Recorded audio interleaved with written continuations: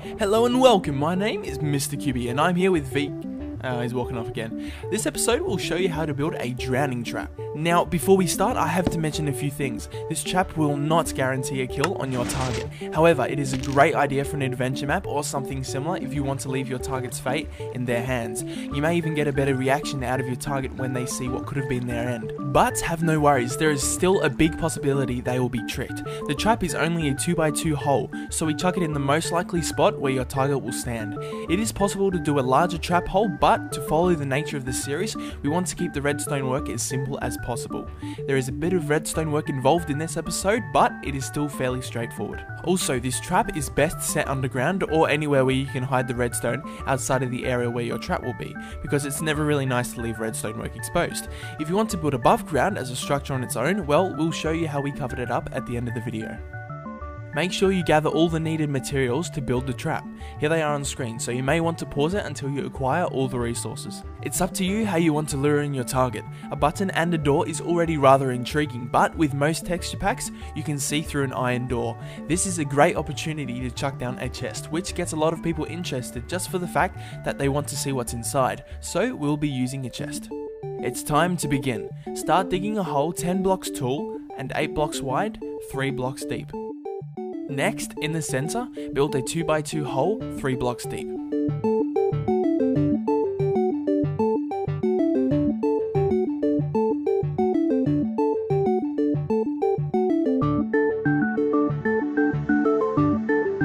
Then fill up that small hole with water. You probably won't need to use all 4 buckets. It's time to set up the sticky pistons. Follow what VK does here on screen. Make sure your pistons are facing the right way.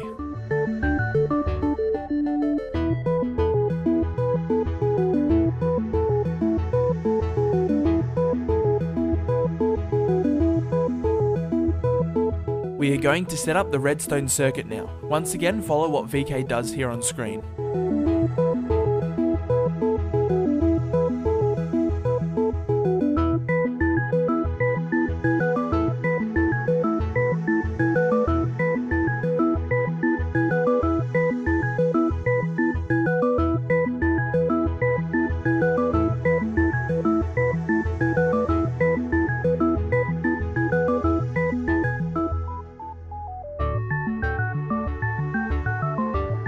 Now we are going to add in our redstone repeaters at the positions located on screen.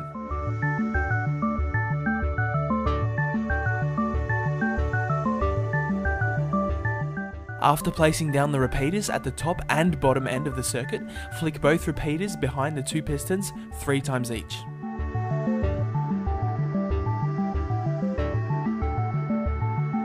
So far, this is what it should look like. At the bottom of the redstone circuit, add in 1 repeater where VK places it on screen, so the redstone can be powered throughout the whole circuit. Build a stairway for the redstone to run up to where the button will be. We'll be using stone bricks for this. The stairway, as shown on screen, should ultimately consist of 5 blocks.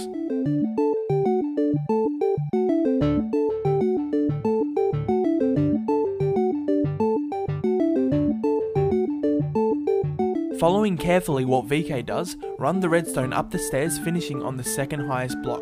Then in front of the highest block, place a button. This will determine the front of your entrance. As you can see, there is 1 space where the redstone trail temporarily stops. In front of the stone block, place down a redstone torch. This will activate the trap to begin shut. Now with our wooden planks, run a bridge along the middle of the hole on the top level.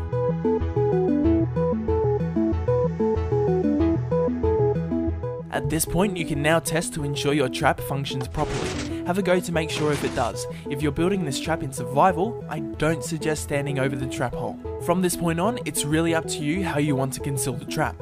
I'd normally build this within a cluttered area or better in a cave. So if you're building this above ground, I'll show you how we decided to cover up the redstone work. In front of the bridge, build an entrance 4 blocks high and 5 blocks wide. Do the same for both sides.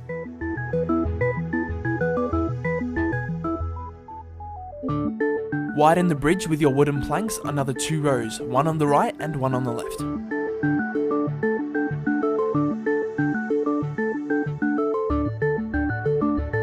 Fill up the gaps at the sides with your corresponding surface block.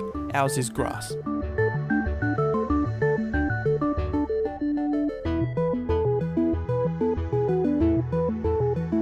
At the top corner, leave a gap for the redstone to pass through as shown. Simply fill in your walls to guide them closer. Make sure to leave a 1 block gap for the redstone on the right side of the wall. Then do the roof and the back layer of your structure.